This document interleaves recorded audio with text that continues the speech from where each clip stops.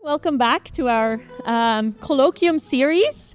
I'm very excited to have Max Welling here today, who will talk about it in his most recent work of motivations in materials design, also questions that also arise in drug discovery, and how that leads to foundational questions in machine learning, and then bringing that back into the applications again. Max is a professor and research chair in machine learning at the University of Amsterdam. And he's also co-founder and CTO of the startup Cusp AI in materials design, which I'm sure we will hear a little bit more about also in his talk today. He has, seamlessly moved between the sciences, in particular physics and machine learning, has done his PhD in theoretical high-energy physics, and only then switched into machine learning, working with Pietro Perona and Jeff Hinton. He has done so much for the field of machine learning, working on developing the foundations for it in many different areas of machine learning, and has served as program chair and general chair of NeurIPS twice, as well as on its advisory board since 2015. And he's also a co-founding member of ELIS. Many of you will know this. It has really changed the landscape of machine learning in Europe. And has really put that onto the map. I think this has been like a super exciting development. So Max, I'm very, very excited that you're here today. The floor is all yours.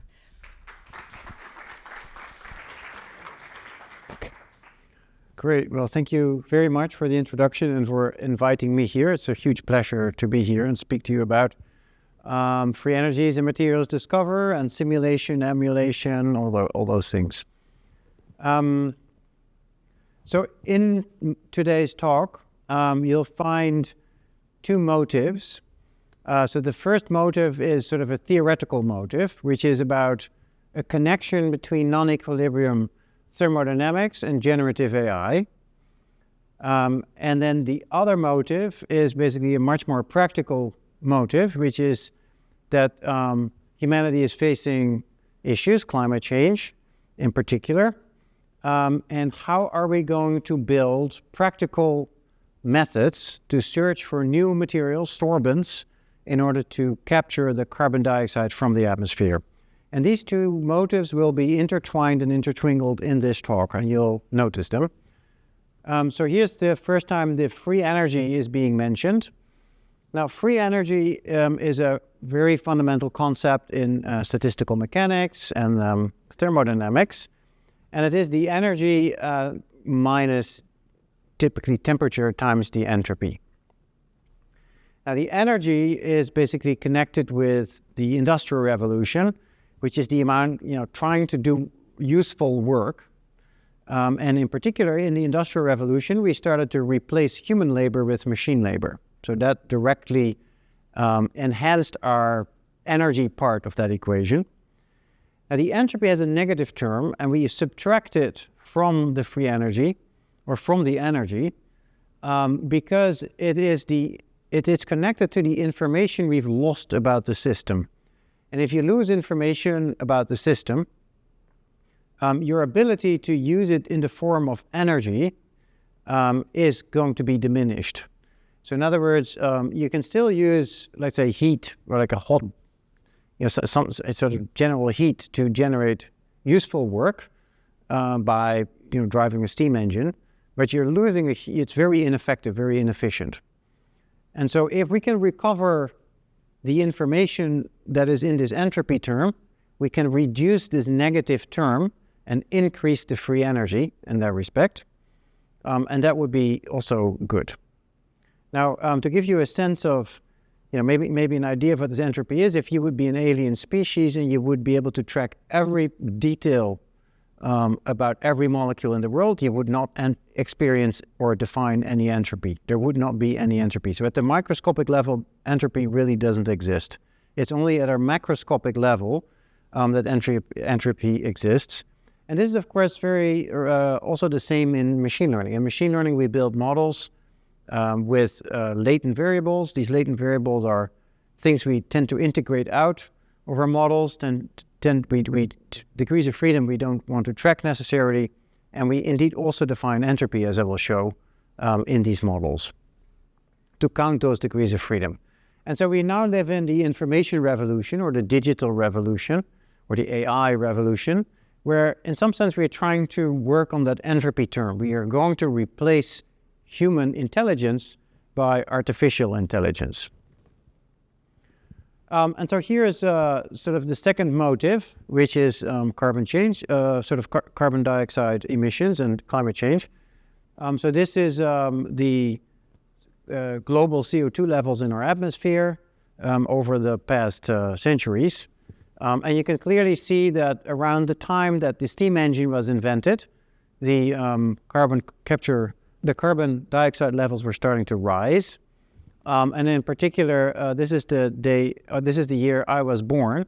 And I put it there not for you to know how old I am, but it's more to show that after that time, which is this here, the rise was particularly steep. This has nothing to do with me personally, but it does tell the story that our generation has benefited most from the ability to put carbon dioxide in the atmosphere. It's good to realize that, because basically it's full. It's a few more years, and after that the levels are so high that we will go beyond 1.5 or 2 degrees global warming, and with all sorts of bad and even irreversible effects. So we have used this free resource, and it's time to pay back in some sense, because it's now no longer available. Although, of course, many people simply deny that it's not more available, but it will have very severe consequences in the future. So this is a curve with all sorts of scenarios. Each curve here is a scenario of carbon dioxide emission levels. So this is where we are now. And these were the pessimistic levels. I said were, because I think the pessimistic levels are far exceeding the worst pessimistic levels of this curve. We're still emitting fast, and there's no trend to come down. But anyway, in any one of these particular scenarios, by 2050, we need to be carbon neutral. What does that mean? It means that we are there's the amount of carbon going in and out of the atmosphere has to be about the same. The best way to do that is to no longer emit, of course, which is electrify and make sure we go use sustainable energy resources.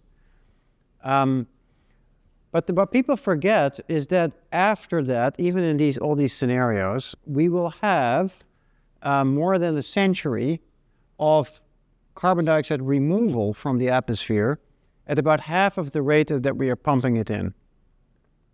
And this technology does not really exist in any sort of practical, meaningful level, as I will argue now. And so there's our free energy again. This is our friend. I would just say this motive number one. So we're going to use very basic thermodynamics to do a rough back-of-the-envelope calculation of how much energy it will take in order to remove the carbon dioxide from the atmosphere. Now, this is the second law of thermodynamics. It basically says that the amount of work you need to do in order to achieve something, which in this case is to have this sort of atmosphere where the carbon dioxide is sort of mixed in perfectly, and you want to move that to a new state of the world where all the carbon dioxide is, let's say, in a piece here, in a piece of the box at the top here. We see that we sort of increase the level of information from here, because we don't know where these red dots are, but here we know where the red dots are, so we have improved our energy position in some sense in doing that. Now, if you do the calculation, so it says that the work we need to do is larger than the difference of the free energy between this state and this state. And by the way, that's an absolute lower bound. I mean, you cannot go below that. But in practice, it's much higher than that. And so that is the change in the internal energy of the system minus T times the change in entropy. Now, this is an ideal gas and good approximation, so we can make that zero. And so the work we need to do is minus temperature times the change in entropy. And so we're now at this fantastic, interesting situation that in order to compute the amount of energy that we need to do in order to achieve this separation, we can do a combinatorial argument. We can just look at information. We can count things. How many possible states are here? How many possible states are there? There are many more possible states here than there. And so, there's an entropy difference between these two information states. And if you go through the calculation, I won't do it. It's not very hard. You can find blog posts on them. You find that if you, as a function of the amount of carbon dioxide in the sort of air or in the mixture that you're looking at extracting CO2 out, you can look at how much energy in megajoules per extracted ton of CO2 you need to invest. And unfortunately, at the very dilute end, which is atmosphere, 0.04%, you find that the amount of energy you need to invest is close to 600 megajoules per extracted ton. Now, if you go to a smokestack, you get somewhere here, and that's a lot better, of course. The amount of energy is now a lot less that you need to invest in order to get the CO2 out. But of course, even better is never to emit it into it. But this is the situation we will be facing in 2050, because by that point, we're not putting anything into the atmosphere anymore, but we need to extract it from the atmosphere, and that is at that particular dilution. So the best case scenario, if you do this, the best case scenario, humanity needs to spend around 5% of its current energy use to extract 40 gigaton of carbon dioxide from the atmosphere. So that is a very large number, but it's about the same as the amount of energy we predict data centers will use for AI, etc., in 2027. So it's not completely off the charts. The unfortunate part is that the realistic estimate, this was an absolute lower bound, the realistic estimate is much more like 10 times that. So that's now 50% of our current energy use, and that is, of course, gigantic.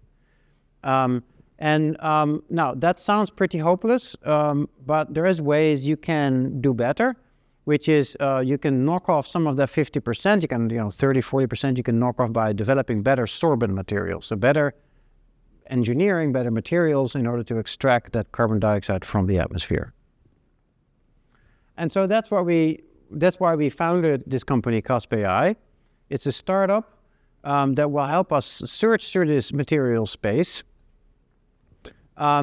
It's basically a platform that does the searching. So here's a bunch of components that I will sort of go through. I will go through these two components, by the way. But they all sit together in sort of a platform that is coordinating the search. First, there's a generative model. So a generative model is a method where you've trained a network to start from a random number. The random number basically, is a code for a particular material, but that we don't know precisely what it is. But then we can run the diffusion model or the generative model in order to turn that random number into an actual thermodynamically stable property. And if it's a conditional model, you can also condition it on the properties that you like it to have. So there is a search engine in the middle that coordinates all the search. Typically, for now, a Bayesian optimization algorithm, but in the future, much more sophisticated one. It will also, figure out which computational resources to use, what chips to use, etc. And then on the evaluation side, and this is very important, we'll talk a bit about this. So there is property predictors. Now, and that's a multi-fidelity stack. So they go from very cheap property predictors that you can run very quickly to dismiss many molecules, all the way up to very expensive quantum mechanical calculations, or maybe even experiments that you want to do. And the fact that you have this stack is really important. All the data that's being generated in these processes go into a big database, and then the database is being used to retrain all the models which are sitting everywhere periodically. That's kind of the overview of the method. And I'll talk now a little bit about generative models, not too much in detail. But what I want to do is I want to relate this back to thermodynamics. So I want to relate it back to the first theme, which is free energies and thermodynamics. So this was an early model, or 2013 now. So that's, more than 10 years ago. And the idea was that, it's this model by Dirk Kingma and myself, a variational autoencoder. So the idea is you have an encoder and a decoder. And so the encoder takes a data point from a potentially very complicated manifold of data, and then maps it through typically one sort of a complicated neural network, but with one stochastic layer into some latent code. So just a particular representation or code for that molecule. And if you would take all of the data points, which is the entire gray area here, it has the property that it would make this very complicated manifold. It turns it into a much more simple molecule manifold, let's say a Gaussian distribution. It's not quite Gaussian, unfortunately, but you try to get it pretty close. And the marginal, we call this the marginal distribution over Z, which is basically, we call it aggregated posterior as well. It's marginalizing over all the data points and then pushing it through the encoder and then putting all the data points in latent space. So then the other side, there's the decoder model. The decoder model now assumes this is a very nice distribution, a prior, a P of Z. You could make this more complicated. You could make this a whole diffusion model even. You generate a point from that distribution. You then push it through a decoder model to approximate some point on the original manifold. So this is probably not the exact manifold. It's typically a more blurry version of it. But you generate a point that would then sort of approximately be on the manifold of images. And so when you look at it, it actually looks like an image. And then there's an objective, like some KL objective that you're trying to minimize in order to achieve that. So that's this part is the generative model. But it didn't work so well for images. And the reason in hindsight was that it only had deterministic transformations.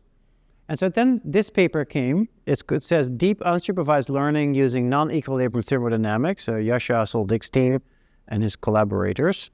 And that's basically an expansion of this idea where you put many stochastic layers. So instead of a deterministic layer, you put many stochastic layers from here to here. And also you keep the encoder fixed. So here we learn the encoder, but you can just keep it fixed. And so here you see a simulation of that. So you take the data manifold and you apply these many stochastic transitions. They are Markov chain. And in the end, it turns into one big amorphous Gaussian blob. So we've lost information because here the data is in a very structured form. It's a low entropy distribution. And we're losing information as we go through this process, and we turn it into a high entropy distribution, which means we are losing entropy in the process. And now the trick was to monitor all these transitions and then train a model to do the reverse. So it's like you're playing the movie backward in time. It's like in the real world, if you drop an egg on the floor or in a pan, let's say you get an omelet. And this would be the equivalent of turning the omelet back into an egg, right? So this direction, the direction in which you take a point and you project it back onto the manifold.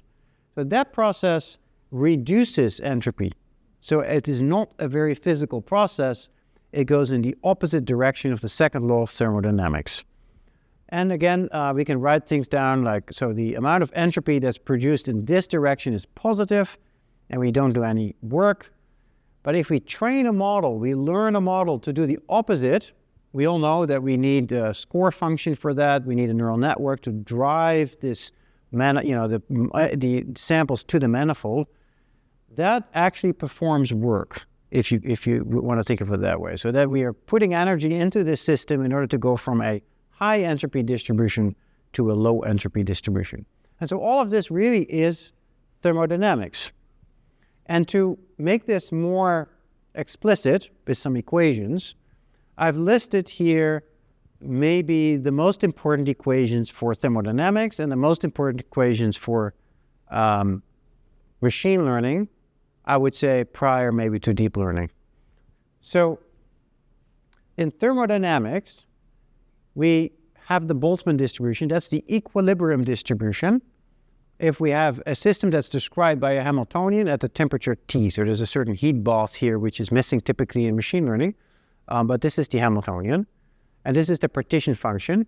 Now, X are things we can observe about the system. These are macroscopic things. This could be pressure, temperature, all sorts of things and you can measure about the system. And Z are the microscopic degrees of freedom, which we're not tracking specifically. So that's the Boltzmann equilibrium distribution. And then you can write down a free energy in equilibrium that's equal to minus temperature times the log partition function. That's the partition function. That's the free energy. But you can show that that is upper bounded by a variational free energy, which also is a good free energy for non-equilibrium systems. And that's given by the expectation of the Hamiltonian over the variational distribution Q minus temperature times the entropy of Q. So Q is the distribution out of equilibrium. And if you do nothing, it will just relax to equilibrium. And that is basically, it will minimize this variational free energy spontaneously. And it will increase the entropy in the process. So relaxing the free energy over Q, this side, is something where we increase entropy and we generate heat in the process, according to the second law of thermodynamics. If we change H, there could be parameters in it, so we change the system by changing the Hamiltonian, we are performing work on the system. And these are definitions that you can just take out of a book from stochastic thermodynamics. In machine learning, we have we always care about this posterior distribution. Again, X are data or observations, and Z are latent variables, the things we wish to integrate out of our models. And we write down a posterior distribution. And we know that we have Bayes' law should be valid, so P of Z given X is equal to the joint Px given Z divided by the marginal Px(x), and X is our data. Then we typically write down a free energy, otherwise known as elbow, evidence lower bound, in machine learning. That's the same up to a negative sign.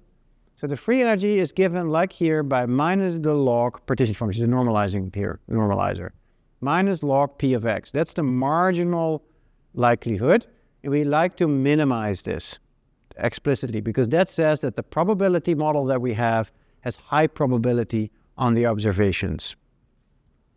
But here the latent variables are marginalized out. So this is actually upper bounded by, again, a variational free energy introduced by Radford Neal and Jeff Hinton a while ago in the 80s. And you can now write what that is the expectation over this variational distribution Q of minus log the joint, this guy here, minus the entropy. They literally wrote down this thing and they called it the free energy. And now you can sort of make the identification. Minus log joint is the Hamiltonian, and here the entropy is that Hamiltonian. And the temperature, well, it doesn't appear here because we don't have a heat bath. And so this temperature you can sort of absorb in the Hamiltonian, perhaps.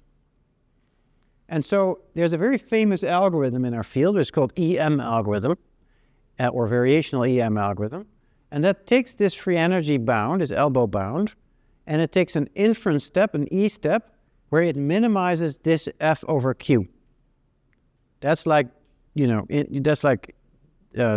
basically relaxing the system to its equilibrium. And there's also a learning step, which takes work, which is the M step, which is to minimize this thing over P. Now, P is the Hamiltonian, so that's exactly the equivalent of performing work on the system. And so there is a one-to-one map. So my point is that the mathematics that describes thermodynamic systems or non-equilibrium thermodynamic system is exactly the same mathematics as describes machine learning systems. And maybe that's not so strange because people understand both machine learning and thermodynamics in terms of information theory. So information theory in some sense is the underlying, even more fundamental theory that feeds into both of these. And once you have this, the diffusion models and the generative models, you can use them to, again, start from noise and turn it into a structured object, right? This is magic. You take something completely unstructured and you turn it into a flower, or you turn it into a bunch of playing dogs in the snow. And, that is super cute. I love to watch it. But to do something truly useful, you can actually also generate molecules, right? And solve maybe a real problem, like, a disease, develop a drug for something like this is, for instance, a method that we developed together with some folks at EPFL to generate a molecule in the pocket of a protein. These are actually already quite old results. Nowadays, this is actually a rather large and expanding field. And I would think in Broad Institute, many people will be using these things already. these ideas. For instance, another thing which is quite useful, which we're working on, but I'm not talking about today, is free energy estimation. When you want to compute the binding energy of a sort of a drug-like molecule to, let's say, a protein, you need to compute free energy differences. There's a whole bunch of really cool non-equilibrium thermodynamic tricks, like the Jarzynski and generalized Jarzynski inequalities, that you can use to improve this free energy difference computations. So I would say this non-equilibrium thermodynamics is a truly interesting tool for people to read about also in this community. But in CUSP, we use them to generate metal organic frameworks. These are large molecules of hundreds to sometimes thousands of atoms that are nanoporous and that can capture carbon dioxide in their pores. And after it's full, they can shake it and then release it back. And so you sort of regenerate the material, and you can use it to build a DAC machine, a direct air capture machine.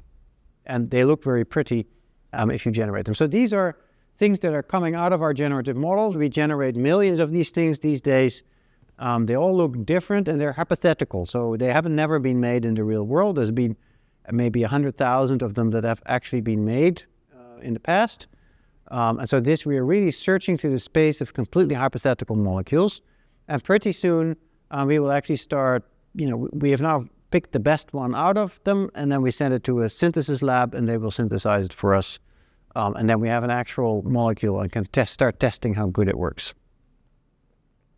So going back to free energies, so the claim is that free energies are fundamental in machine learning.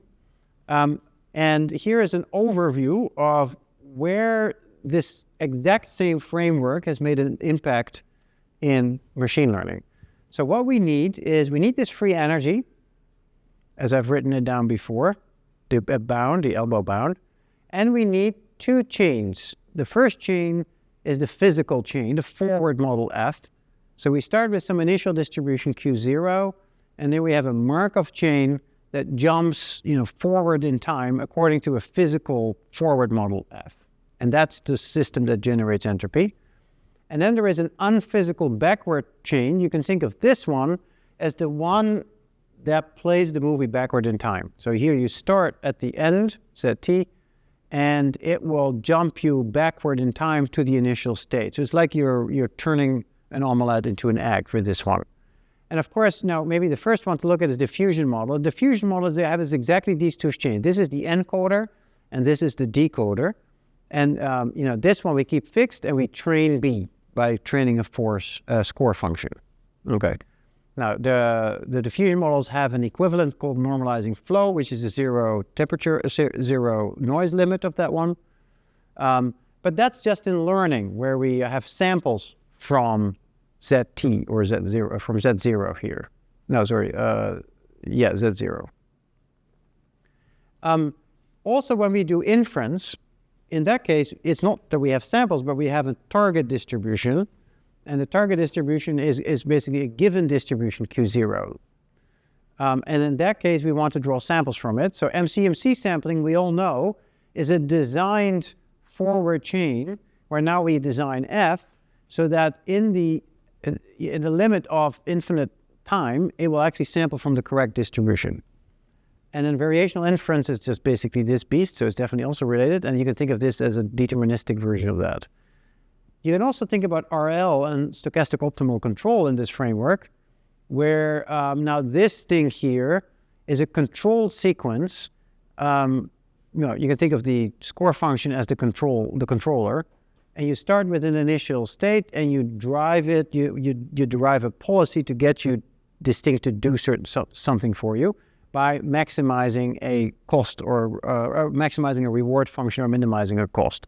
And there's been a bunch of papers how this also fits into this framework. And of course, optimal control is the deterministic version of that. And there's two math things, Schrodinger bridges and optimal transport. Especially Schrodinger bridges are, for instance, very good for things like transition path sampling, which is something that people use, I guess, in biology and definitely in chemistry. And optimal transport is the deterministic limit of the Schrodinger bridge. So all of these things fit very neatly into this very simple framework where we basically only need these kinds of ingredients. And then they become variations on the same theme. And I'm writing a book, and this is to remind myself that I need to finish it and go. And so now we've covered this piece, right?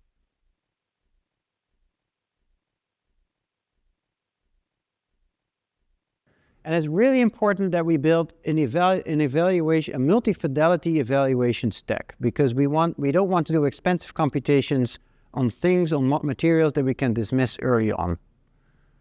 And so, and here's kind of where the title that I submitted, but was not on the first slide, but comes from. This is, in this kind of new paradigm, we want to, instead of performing expensive simulations, like quantum chemical simulations, we want to change that to emulations. Okay, so what is an emulation?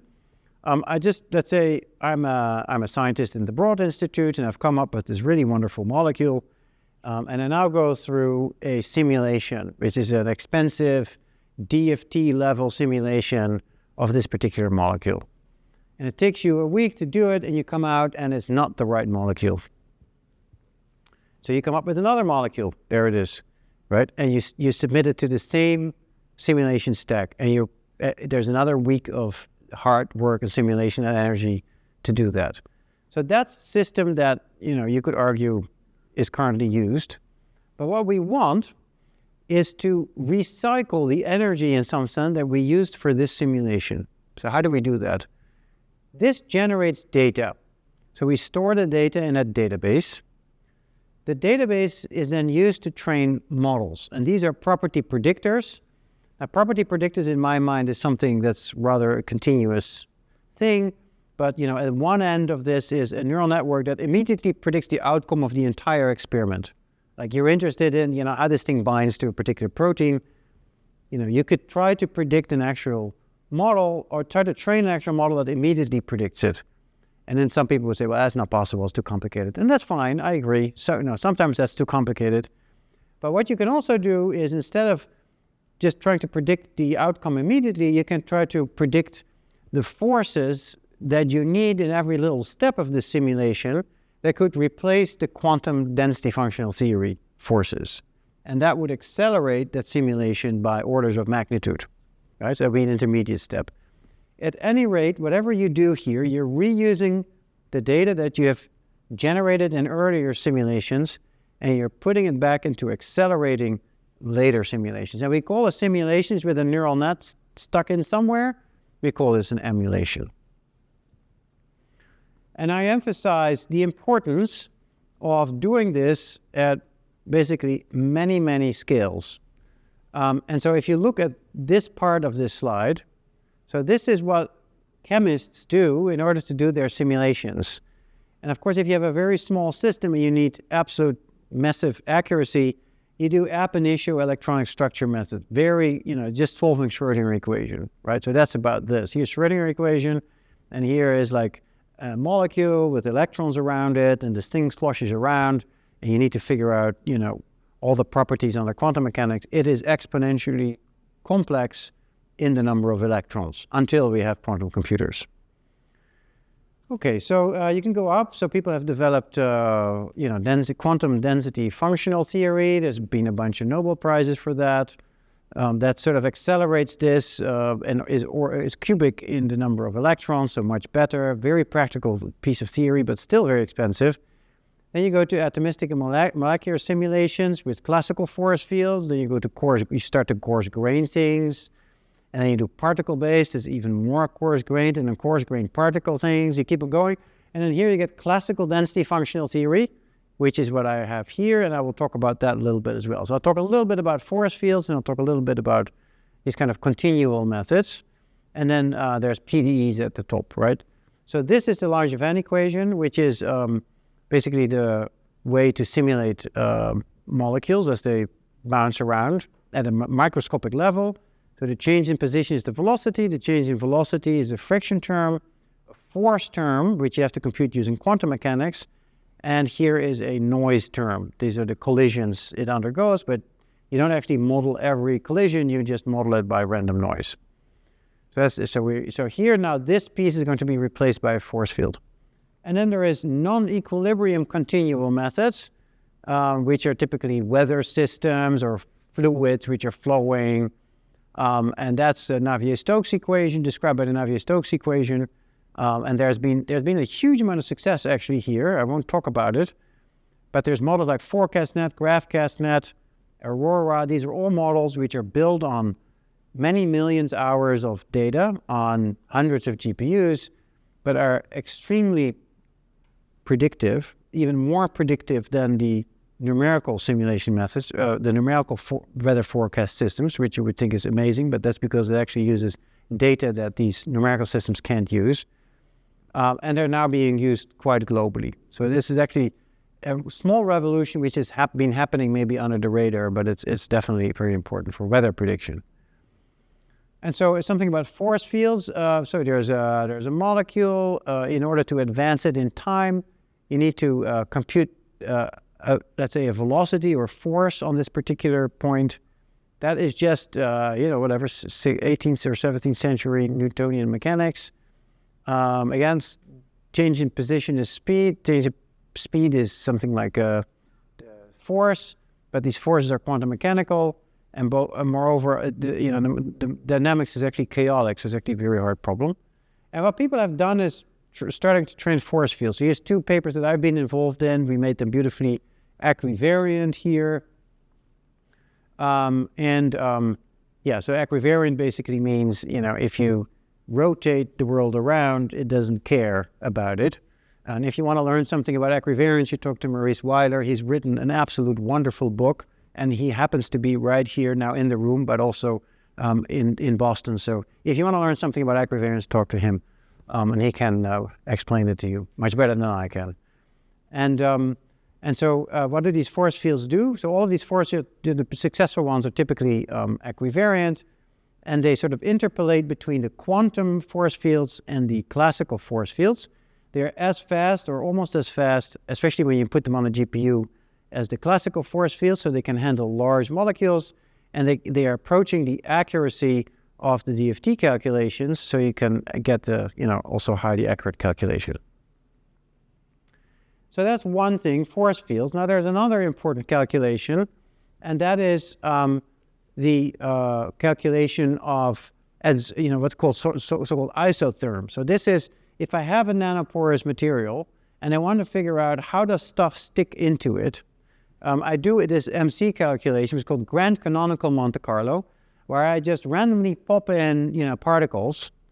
And so the number of particles does not have to be conserved. I can just pop them in and out. And then I move them, I wiggle around them a little bit and see where they stick. Now, this is a very expensive calculation. It takes days to a week in order to get the numbers for a particular material. And what you get out, or actually, if you want to compute this isotherm, and this isotherm has many points actually, for different pressures and temperatures. So the different curves are different temperatures, and on the axis is the different pressures, and it tells you how much carbon dioxide stuck to the porous material. And of course, if you increase the pressure, you're pushing more in, and more will get stuck into it. And so these curves you then insert into a process model, and it tells you, how that thing will function in an actual process or a machine. And then once that is done, you can evaluate the quality of your material. So this is very expensive, and so we are working to put this on a GPU, and we are trying to also insert machine learning methods to speed all of this up. And we will open source this, by the way, probably somewhere in June. So what we were thinking, and now this is some work we did at the university with this group, with this student, Jacco Dijkman, and a number of collaborators. And that is, can we go faster than sampling? And so can we make this variational? And the way to make it variational is to think of it as a mean field density. So this is now the probability density of finding a particular particle at a particular position. So it's a continuous representation of the problem. And so here's the grand canonical potential. It's given by a free energy. There it is again, our friend, the free energy. This is the free energy of the internal interactions between the gas or liquid molecules. And then there is the interaction of the density field with the external potential and with the chemical potential. And what we're going to do is we're going to train this free energy FF rho from MD data. And then after we have this, the only thing we have to do is just minimize this thing over rho to get, for a new potential V, to get the equilibrium density rho. And so here's, for instance, a sort of, if you wish, a equilibrium distribution that you can get out of that minimization. And this is a paper that's accepted in PRL. Now, the nice story about this is that this is called classical density functional theory, and most of you have probably heard from quantum density functional theory. But this theory isn't very popular because people couldn't write down good things for this F. And so what we do now is we train a neural network that takes in, and the beauty of this method is we just only use bulk, which is the potential 0. So we simulate at potential 0, so just sort of a flat, if you wish, uniform density. And we do the simulation, but of course there's interesting things happening because these molecules have interactions and they cannot all be at the same time. So there's exclusion effects, etc. And out of the simulation, you can get what's called the radial distribution function, which basically tells you, if this is a molecule somewhere in the system, where does the next molecule, the probability of the next molecule appearing and the next molecule, etc. Then there is a relationship called Ornstein-Zernike relation for which you can get the 2-point correlation functions. So that's on the data end. On the machine learning end, we take again the input, we turn it through a CNN to compute the free energy, our predicted free energy. We do 2 times auto-differentiation, which, by the way, was a big surprise to some physicists that you can do this. And this was a big advance for them, so you can actually press a button and get this thing.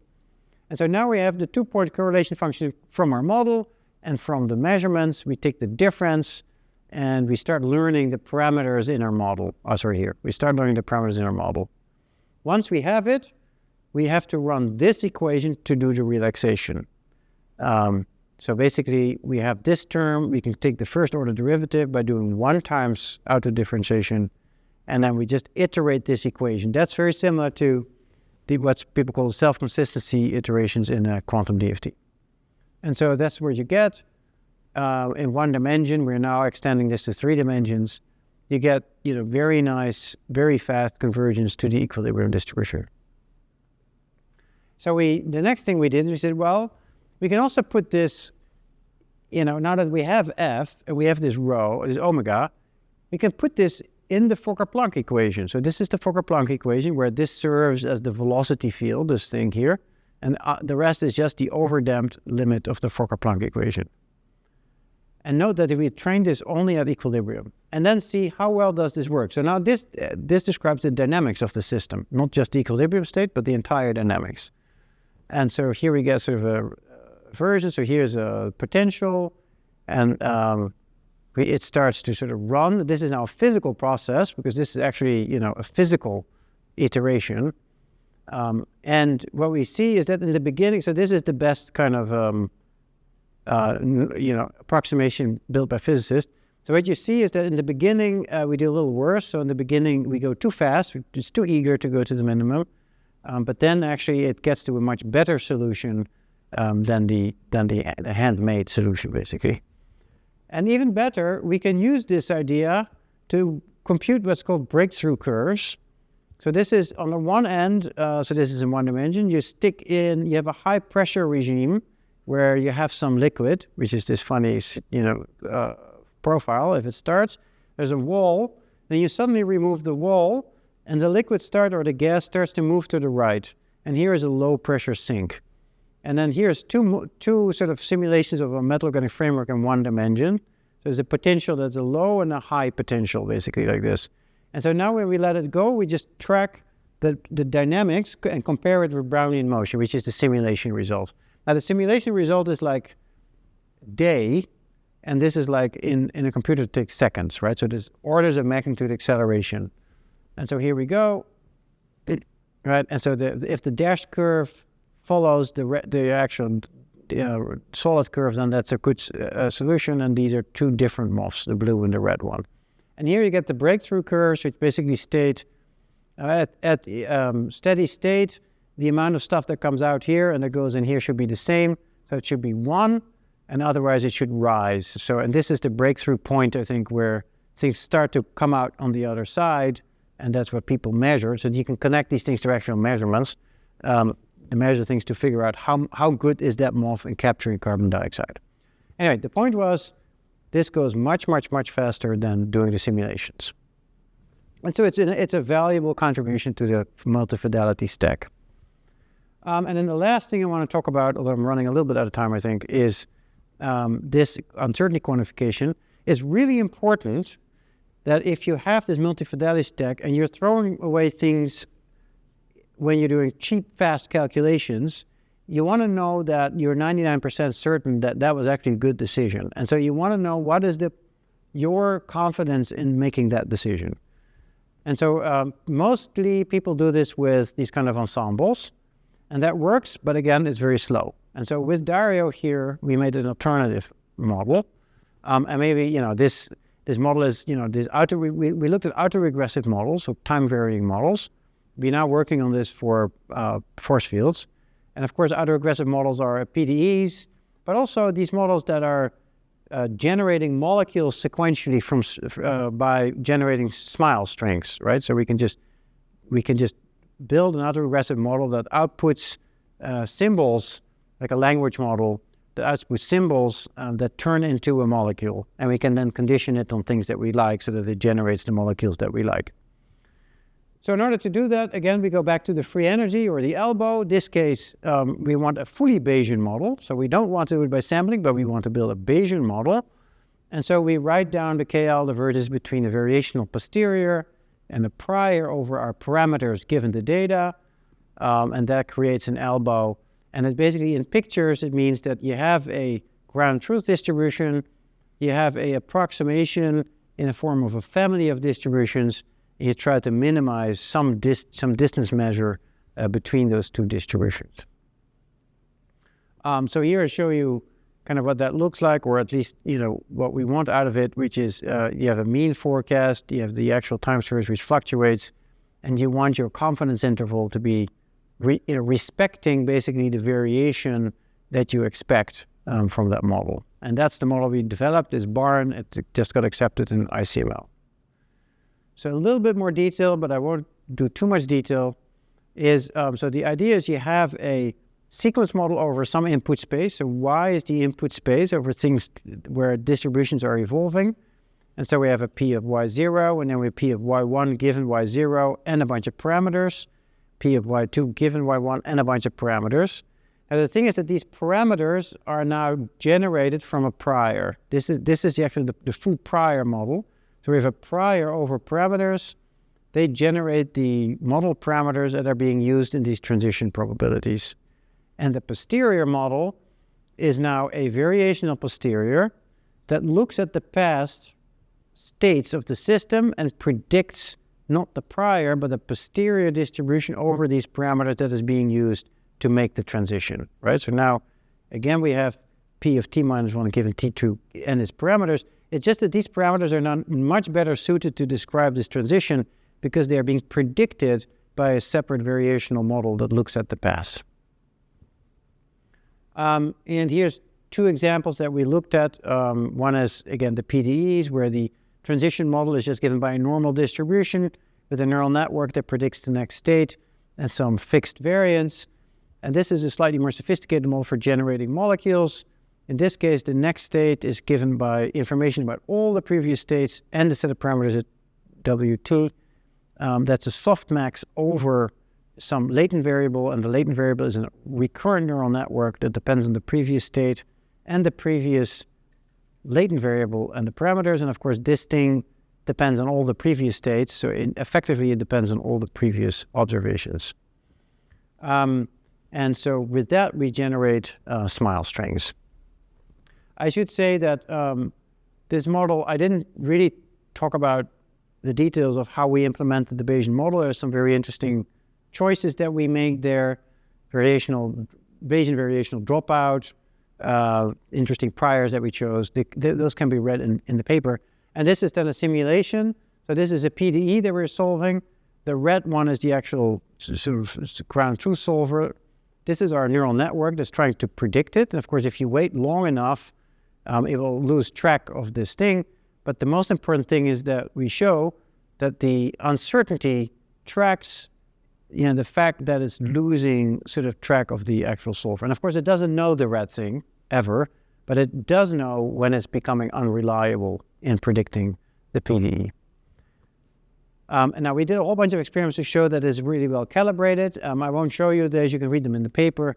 Here's a few experiments, maybe I should stop, but there's a few experiments that shows that not only is it good at calibrating its own uncertainty, it's also actually a better predictive model as an autoregressive model, and in particular for long-range interaction. So this is this molecule generation process, and we see, for instance, that relative to SMILES LSTM, there was an LSTM model especially trained for SMILES, especially for ring structures like benzene rings and such, the error is a lot lower than for the alternative methods.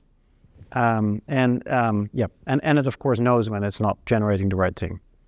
Okay, to end then, I think we are in a very interesting sort of time in history, and of course you would have noticed that already. But not only are we generating chatbots that can actually talk to us and seem to become somewhat smart, we are also can now build systems that can actually design materials for us on demand. And that would actually change the world dramatically if we can really do it. We can generate drugs, we can generate all sorts of solutions for the energy transition, for carbon capture, semiconductors. Many issues that we try to solve have to do somewhere at some point with the limitations of materials. It's these three fields which are coming together in the molecular science, the computational science, and the applications, which makes it a very exciting field to be active in now. So I would say what I've talked about is a very deep connection between AI, generative AI, and science. And the free energy is the bridge, or if you wish, non-equilibrium thermodynamics. I would say AI is the new superpower that scientists should be using, and I'm sure in this institute people are using it massively. And I think we have a very important task together to solve some of society's biggest problems in both healthcare and climate. And unfortunately, these days, we cannot count on our politicians, so we have to do it ourselves.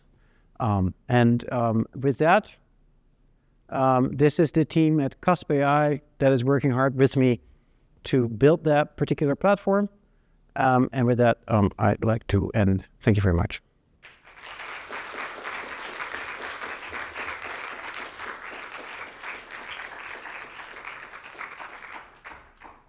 So I'll be happy to move around, and otherwise you can also come here to the mics.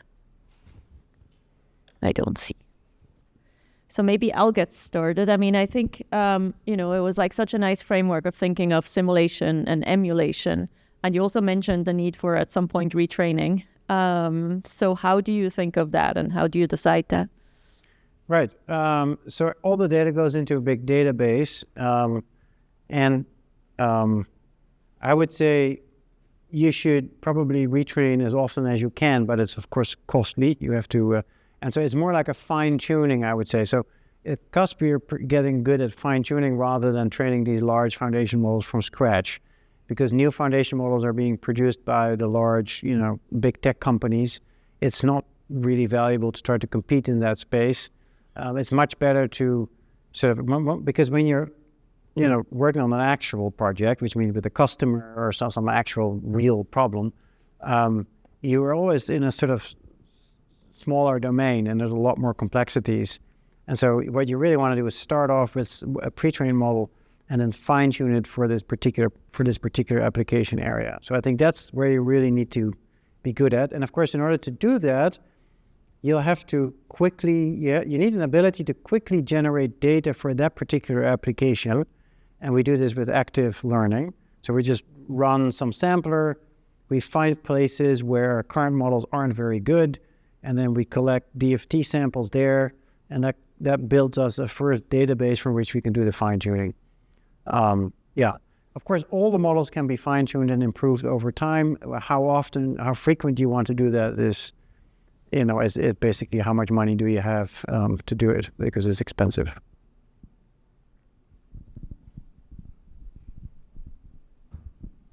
Thanks for the great talk. I wanted to ask about your views on equivariance in generative models and I guess all the augmentation approaches that people are now using to, if they have more resources and more data. Yeah, so there's been some conflicting reports in some sense in the literature. So some people claim you don't need equivariance, you can just do everything with data augmentation. I think you would argue that's the more practical approach. Instead of thinking very hard about precisely how to design your equivariant model, which puts lots of constraints on what the models looks like, both in what kind of equivariance do you want, but also in your parameter space is now constrained, and maybe optimization is harder. My view, and of course the other alternatives, we just spoke about this actually over lunch. The other view is that it's a function also of data, and how accurate your equivariance actually is. If it's an exact symmetry, it should basically hold irrespective of the amount of data. If it's an approximate symmetry, at certain point the data has more information than your inductive bias, and then it might actually be counterproductive. But I think there's mostly there is a practical reason why, if in the case that like a symmetry, like energy conservation or something like this, we know that's a physical law.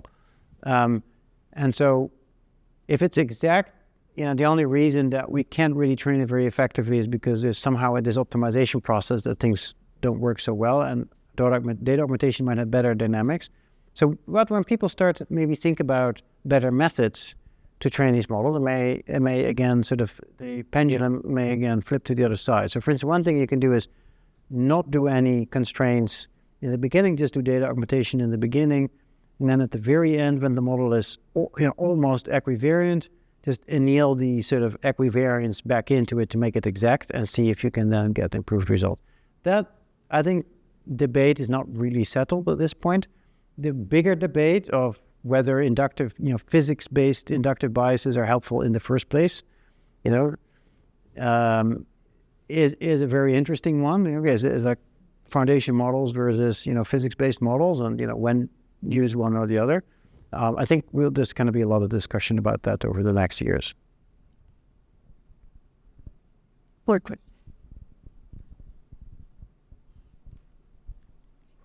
Thanks a lot.